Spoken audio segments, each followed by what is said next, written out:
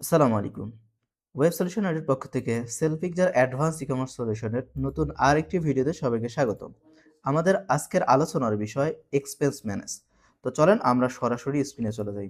তো expense manage হচ্ছে মূলত আপনার ওয়েবসাইটে তো বিভিন্ন ধরনের প্রোডাক্ট সেল হচ্ছে, ইনকাম আসতেছে, বাট আপনার বিজনেসটা পরিচালনা করতে গিয়ে আপনার এখানে কিন্তু বিভিন্ন ধরনের খরচ থাকতে পারে। ধরেন বুস্ট কস্ট কিংবা আপনার এমপ্লয়ির স্যালারি, তারপর আদার্স অনেক ইউটিলিটি বিল থাকে। এই পুরো যে বিষয়টা, যেহেতু আমরা এখানে একটা অ্যাডভান্স আপনাকে সিস্টেম দিচ্ছি, তো এইখানে আপনার কোথায় কত টাকা ইনকাম হচ্ছে এবং কত টাকা খরচ হচ্ছে, পুরো একটা ইনভেন্টরি থেকে শুরু করে আপনার অ্যাকাউন্টসের পুরো একটা হিসাব কিন্তু ম্যানেজ করতে পারবেন, যেটা দিয়ে আপনি লস প্রফিট সবই ক্যালকুলেট করতে পারবেন। সো তার জন্য কি আপনাকে যেটা করতে হবে, আপনার এই এক্সপেন্সের বিষয়গুলো কিন্তু আপনাকে ফলো রাখতে হবে। তো এই এক্সপেন্সটা আপনার কিভাবে আপনি মেনটেন করবেন, চলেন আমরা একটু প্র্যাকটিক্যালি দেখি।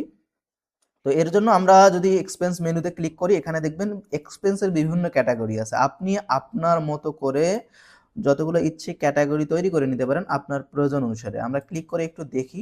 এখানে আমরা কিছু ক্যাটাগরি দিয়ে রাখছি।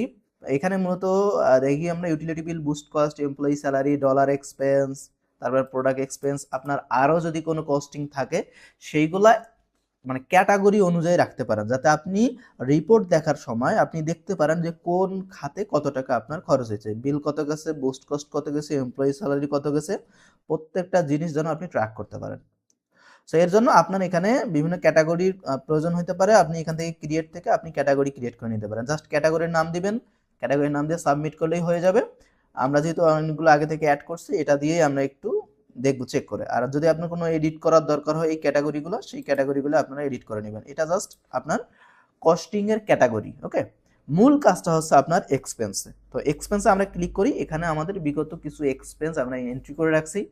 ধরেন কথার কথা আপনি আজকে বুস্ট চালাইছেন, হ্যাঁ, কিংবা আপনার বুস্টের বিল আপনি আজকে দিয়েছেন 5,000 টাকা, 10,000 টাকা, যেটাই হোক না কেন, আপনি কি করবেন, ক্রিয়েটে ক্লিক করবেন। ওকে, তো ক্রিয়েটে ক্লিক করার পরে দেন আপনার এইখান থেকে আগে ক্যাটাগরি সিলেক্ট করবেন যে কোন খাতে আপনার খরচটা হচ্ছে, অর্থাৎ যখন আপনি খরচ করতেছেন তখনই আপনি এখানে এসে এন্ট্রি করে রাখবেন। ওকে, তো এখন আপনার ধরেন খরচ হয়েছে, আপনি বুস্ট দিচ্ছেন, বুস্টের জন্য খরচ হয়েছে, ধরেন এখানে লিখে দেবেন যে নেম, কোন পারপাসে খরচ হয়েছে, বুস্ট কস্ট ফর জানুয়ারি। ওকে, জানুয়ারি আপনি এখানে ডেট, তারিখ যদি নিচে আছে দিতে পারেন, আপনার মতো করে আপনি এটা লিখবেন কত টাকা খরচ হয়েছে আপনার, সেটা দিয়ে দিলেন। আমরা দিয়ে দিলাম ধরেন 5,000 টাকা। এটা কত তারিখে, 14 তারিখে খরচ হয়েছে। আপনার এক্সট্রা আরও ডিটেলস নোট যদি লেখার প্রয়োজন হয় আপনি এখানে নোটটা লিখতে পারেন।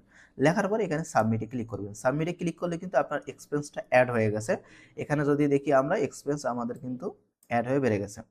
এইভাবে আপনি সকল এন্ট্রি, ধরেন আপনি এমপ্লয়ি স্যালারি দিচ্ছেন, যেদিন যেদিন আপনার খরচ হবে সেই দিন আপনি সাথে সাথে এখানে এন্ট্রি করে দিবেন, অথবা পরেও আপনি এটা এন্ট্রি করতে পারেন, বাট এন্ট্রি এখানে করে দিলে কিন্তু আপনার সেটা কাজে লাগবে। এখন এমপ্লয়ি স্যালারি, এখন এমপ্লয়ির স্যালারি আপনি চাইলে আলাদা আলাদা এমপ্লয়ির নাম দিয়ে আপনি স্যালারিগুলো এন্ট্রি করতে পারেন, অথবা ধরেন আপনার 3 জন এমপ্লয়ি আছে, 3 জন এমপ্লয়ি স্যালারি কত একসাথে লিখতে পারেন। সেটা আপনার ইচ্ছে, আপনি যেভাবে লিখবেন তত ডিটেলসে লেখাটাই ভালো হয়।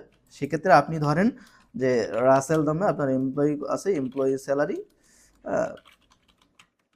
স্যালারি, ওকে, এটা আপনি লিখে দিতে পারেন কত টাকা, ধরুন কথার কথা আমি এখানে দিলাম 15,000 টাকা। তো এটা ধরেন আপনি 10 তারিখে স্যালারিটা দিচ্ছেন, 10 তারিখে এন্ট্রি যদি দেন তাহলে তো ভালো, আর না হলে আপনি ব্যাকডেটও দিতে পারেন। তারপর আপনি দিলেন যে ক্যাশে দিচ্ছেন, ওকে, ক্যাশে দিয়ে দিচ্ছেন। আপনি যদি বিকাশ অথবা অন্য কোনো ইয়েতে দেন তাহলে ট্রানজাকশন নাম্বারগুলো এখানে লিখতে পারেন। তো এটা দেওয়ার পরে আপনি এখানে সাবমিটে ক্লিক করবেন। সাবমিটে ক্লিক করলে এভাবে কিন্তু এন্ট্রি হয়ে থাকবে। এখানে দেখেন আপনার এক্সপেন্স কিন্তু আস্তে আস্তে বাড়তেছে। ওকে, সো এইভাবে কিন্তু আপনার এক্সপেন্সগুলো আপনি এন্ট্রি করে রাখতে পারেন। যতগুলো এক্সপেন্স আছে সবগুলো আপনি এখানে এন্ট্রি করে রাখবেন ডেট বাই ডেট। এগুলো চাইলে আবার যদি কোনো ভুল হয় সেটা সংশোধন করার সুযোগ আছে, সংশোধন করতে পারবেন।